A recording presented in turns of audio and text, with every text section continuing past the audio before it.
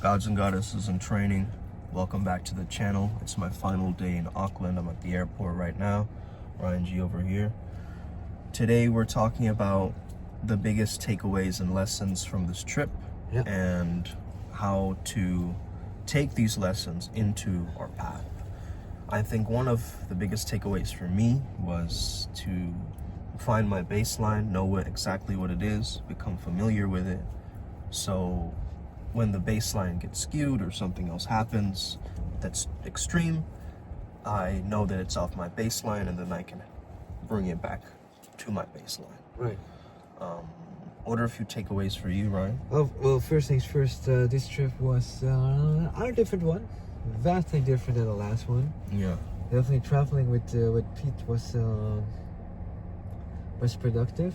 He knew the right places to go, so we went there. Both for culture experiences as well as spiritual. We got to meet up with Brad, who is more advanced than I initially thought he was. He surprised me every time. And if anything that I've learned is, well, what is a baseline? According to me, it would be, what is your most authentic self? What is that self that's connected to whatever source is, or the universe is, or God is?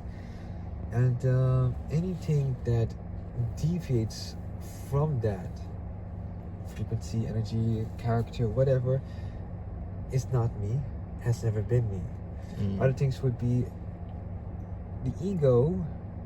My relation with the ego, or my ego, is changing. I'm understanding that the ego is to be a facilitator of the kind of life that I want, etc. Not a dictator. I decide, not it. Frankly, of course, it is more for the advanced students, but I'll make a small mention of it. Anything that I've not signed, or I'm aware that I signed, contracts that have been made outside of my knowledge in whatever shape or form, I want nothing to do with it, especially if it doesn't fit me and it's hostile, whatever. Yeah. That's all I'll say to that. And I'll end it, my little rant, with patience is no longer me just sitting on my ass doing nothing. Patience is me still doing that, but now magnetizing the objective towards me. Yeah. These are great earth magic downloads for patience, because the earth has magnetic poles, and if we remain patient, we can actually start to bring in what we actually deserve and want and prefer. So I think a big lesson for me here was really maintaining my inner world, like through breath, through connection, and through presence. So one of the ways that I think this trip will help all of us, including the adepts, is it will recenter us towards the idea of what is consciousness. And once we help ourselves return to that source, others will also return to that source, because it works like an auto-correction. Not that it needs correcting, but it works in a similar way to that. That's correct. And maintaining sovereignty at the same time as being present. I think that's also a big What does that mean? So maintaining your sense of accountability, responsibility, ownership, at the same time maintaining your level of focus, mindfulness. Right. So what it sounds like to me is, especially in the last week of 2024, Merry Christmas and etc. It's to celebrate the holidays. Happy New Year, whatever. Mazel tov, I don't know. It's that we all need to have a very good look at ourselves, our lives, the people we're in contact with, and if there's any form of overcomplication, that especially if it doesn't align with my highest purpose, highest good, or sort, whatever, it needs to be removed from my life.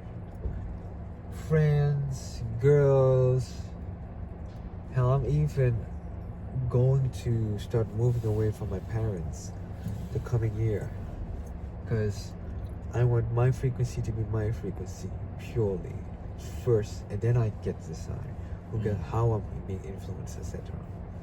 Yeah. Yeah, because if you have these influences in your environment, that's also going to move you and your decision making and all that stuff. So it's good to have a baseline by knowing yourself and understanding what it is that you're here for. Know thyself. Yeah. Know thyself. Anything else would be, flying back from here to anywhere is going to be an abnormally long trip. How many hours are you flying, Smed? Like 20 hours or more, yeah. Yeah, I'm flying at least 33 hours. So 22 hours in here and an 8-hour layover. Just fucking hell. What did I sign up for? But again, this whole trip has been purely about patience. Yeah. So, again, the whole patient team, me as, the kind of shaman that likes to go fast as fuck, and having to realize, like, okay, I need to slow down before I completely burn myself into some situation I would like not to be in. Let's take it easy. Slow down to speed up, that principle as well. Yeah. If done correctly, slow is smooth, and smooth is fast. The grapplers and the jutsu players amongst us know what I mean. Yeah. Anything else we forgot to say? No, I think since we're still in processing mode, I'm sure we'll get a lot of epiphanies, downloads from this trip later on, which we have to still integrate. Yeah. But yeah, it's really cool to get a little crystal from Brad that I can take back as it's funny, memorabilia. Yeah. You want to talk a little bit about what we experienced with Brad, or just a little to give them a little bit of a tasting? Sure. I mean, Brad is an expert with geodes and crystals, and so amongst other things, right? And he can take a crystal, sense it, and understand that it's a cellular memory in the crystal that can change your beingness. Right. And since they're permanent and we are impermanent, it's like a very powerful bridge. So originally, I think Ryan G, before he met Brad the first time, he was just like picking up these crystals without paying respect to the crystal itself, not knowing that they're living entities or beings. Initially, I kind of approached it in a similar way until I understood, like, oh, wait a second, like these are actual beings, and there's a certain essence within them that can change somebody, transform someone. There's deep wisdom within the stones that he has selected, or in some cases has selected him. Yeah, and these aren't just like, collecting rocks. This is about really transformation, and it's cellular level. Yeah. So the plan for the future is to find more people like Brad that have this gift since super young. Warrior of the light, so he can actually tap into All-Father's energy, and that energy of source speaks through him, and he can immediately reconnect, and then he speaks it out loud. Pragmatical man. That's why I like this individual. No fluff, just to the point. He's gonna call you on your bullshit, and just it's up to you as the shaman to, now that you have the information, to do as thou wilt. Warrior of the light, it seems very powerful. Another thing which is important to note is the difference between shadow and darkness. Of course, we're using brass terminology, but while I was here and at different healers' places, I've come to understand that the way I've romanticized the dark mage is not exactly reality. The dark mage is actually someone of the darkness, of evil, like the Harkonnen and Dune. Well, if you look at its design, original design, it looks Harkonnen. Very It's true. Like only a Sith Lord type of like energy. a Sith Lord type of being. Yeah. I need to find myself something, a Yu-Gi-Oh or Magic the Gathering card that's more of the shadow. Now, the reason I want to address this in this quick talk, technically, is to remind those that are of the shadow to be aware of that temptates you. That's so tempting. Might not have your best interest.